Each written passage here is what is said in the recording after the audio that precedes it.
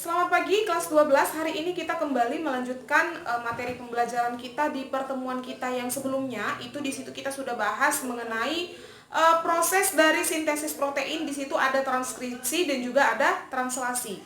Nah, jadi di pertemuan sebelumnya itu saya udah ada kasih soal ke kalian. Di situ soalnya itu untuk mengubah si DNA sense atau kodogen itu diubah menjadi DNA antisense, ya kan? Nah, jadi di sini saya buat pembahasannya tapi dengan contoh yang berbeda ya, karena itu kemarin kan contohnya panjang. Jadi ini saya persingkat, nanti kamu coba kerjakan lagi soal itu dengan cara-cara yang saya buat di sini gitu ya. Oke, langsung aja. Jadi di sini saya buat soal yang baru, itu ada DNA sense, itu ada ATG, ini dia rangkaian DNA sense-nya. Nah, jadi di soal kita yang minggu lalu itu saya minta kamu ubah DNA sense menjadi DNA anti-sense gitu ya. Nah, kemarin juga ada yang tanya, Miss, kalau di soal itu cara membedakan dia sense dan anti-sense-nya gimana gitu ya. Nah, jadi kalau dia nggak dikasih tahu seperti ini, DNA sense, DNA anti-sense, contoh ini nggak ada. Nah, itu cara membedakannya gini dia. Jadi kalau dia yang DNA sense itu dari 5 ke 3 gini. Kalau dia DNA antisense ini dari 3 ke 5 gini ya.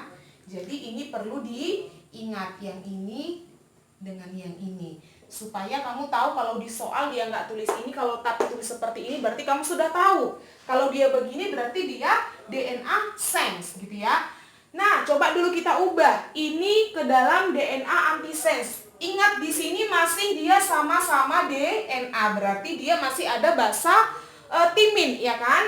Nah, jadi kita ubah dulu. A di sini menjadi T, T menjadi A, G menjadi C atau S, T, T, T berarti di sini A, G, T, C berarti di sini G itu diubah menjadi C ya. Ini boleh S ya. T ini ada A, C di sini ada jadi G gitu.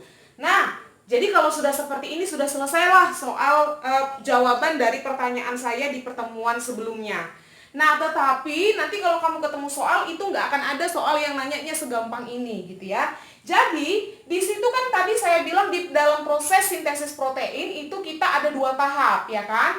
Ada transkripsi dan juga ada translasi. Di mana transkripsi itu berlangsungnya dia di nukleus, kalau translasi itu berlangsungnya dia di ribosom, kan gitu. Nah, transkripsi itu apa? Itu adalah pencetakan, proses pencetakan dari RNA messenger atau RNA duta, atau kita singkat itu dengan mRNA gitu ya. Nah, jadi di sini contoh nih, kita sudah masuk ke dalam proses transkripsi, berarti ini harus kita ubah menjadi mRNA, berarti kita membentuk cetakan mRNA. Coba dulu kita cetak. Nah, di sini disebut dengan mRNA gitu ya. Nah, kalau kita mau ubah dia menjadi mRNA, siapa yang kita ubah? DNA antisense atau DNA sense yang bisa kita ubah ke mRNA?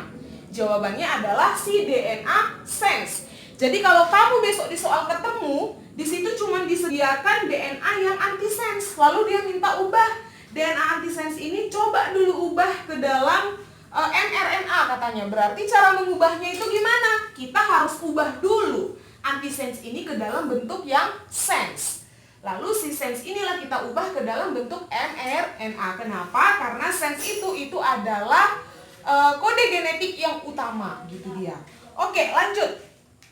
Jadi ini kita terjemahkan dari si DNA sense. Yuk coba kita terjemahkan. Berarti begini dia bentuknya ya. Oke. Kita terjemahkan di sini A menjadi A.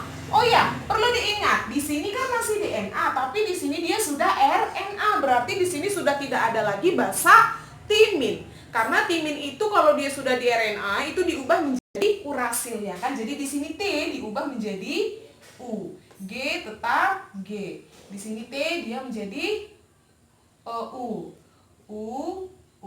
Lalu di sini G jadi C, T menjadi U, C menjadi G gitu. Nah, jadi bisa juga sih dari sini langsung ke sini. Tapi itu sebenarnya dia harus dari si DNA sense untuk mengubahnya ke dalam mRNA, karena DNA sense itu adalah dia yang materi genetik, kode genetik maksud saya itu yang utama gitu ya. Nah, ini sudah diubah ke dalam bentuk yang mRNA. Nah, selanjutnya kemarin kan saya kodon. Nah, kamu masih asing. Saya kemarin belum ada sebut kodon di dalam penjelasan saya sebelumnya. Jadi kodon itu apa? Kodon itu adalah mRNA. Jadi mRNA ini sama dengan kodon. Jadi kalau kamu nanti di soal disuruh mengubah ke dalam bentuk kodon, berarti kodon itu adalah kamu bentuk ke dalam bentuk mRNA. Jadi kodon itu ini. Nah, kode-kode genetik di dalam rangkaian mRNA itu disebut dengan kodon, gitu. Nah, selanjutnya, kalau di soal diminta coba ubah ke dalam bentuk antikodon. Nah, kalau sudah diubah ke dalam bentuk antikodon, berarti di situ kita sudah masuk ke dalam tahapan yang kedua, yaitu ditranslasi. Translasi itu berlangsungnya di ribosom. Jadi ketika sudah terbentuk mRNA itu di nukleus, maka nanti itu dia akan keluar dari nukleus, ya. Keluar dari nukleus, lalu dibawalah ini si mRNA ini dibawalah dia ke dalam ribosom. Nah, sampai di ribosom itu nanti dia akan diterjemahkan lagi. Nah, jadi bisa diterjemahkan ke dalam bentuk tRNA gitu ya. Ke dalam bentuk tRNA. Coba kita ubah dulu ke dalam bentuk tRNA. Di sini saya buat di bawah ya. Nah, cara membentuknya ke dalam tRNA itu kita ubah dari mRNA. Berarti di sini ada AUG, ada UUU, lalu ada CUG. Ini kita bentuk ke dalam tRNA. Coba yuk kita ubah ke dalam tRNA. Ingat masih RNA, berarti masih tidak ada di situ yang timin. Coba kita ubah. Di sini maaf ini bukan T ya. Ini dia masih M, yang di sini dia baru tRNA. Coba yuk kita ubah. Oke. Ini ya. Nah, jadi A di sini diubah menjadi U. U diubah menjadi A. G diubah menjadi S atau C. Lalu di sini ada U, berarti ini ada A. Lalu di sini ada CUG, berarti di sini ada GAC. Oke. Jadi selanjutnya itu kalau dia sudah seperti ini, sudah ada tRNA, sudah ada mRNA, nah sudah ada di sini sense antisense. Oke. Nah, setelah itu nanti kan akan diterjemahkan ke dalam asam amino. Jadi kode-kode ini akan kita terjemahkan. Asam amino apa yang terbentuk di situ? Nah, seperti yang judul yang kita pelajari ini adalah kan sintesis protein. Sintesis itu artinya pembentukan. Berarti di sini kita pembentukan protein. Nah, protein itu turunannya ada asam amino gitu ya. Nah, jadi di sini kita itu sebenarnya mau menyusun asam amino. Nah, asam amino itu disusun dari kode-kode ini tadi. Jadi kode-kodenya sudah tersedia, asam aminonya ini kita terjemahkan. Nah, ini kode ini asam amino jenis apa gitu ya. Nah, jadi di sini yang diterjemahkan itu dari mana? Jadi yang diterjemahkan itu adalah dari yang mRNA. Dari sini kalau mau menerjemahkan. Nah, langsung aja lah kita terjemahkan. Ini biasanya kalau kamu nanti ketemu di soal disuruh terjemahkan, itu nanti kamu akan disediakan tabel. Atau tabel, nanti di tabel itu dia kasih kode-kode dan apa terjemahan dari kode-kode itu gitu. Jadi kamu nggak perlu hafal semua jenis-jenis asam amino yang dihasilkan itu gitu ya. Oke, di sini saya udah ini buat tadi. Nah, jadi kalau AUG itu diterjemahkan itu menjadi metionin. Jadi di sini ada metionin.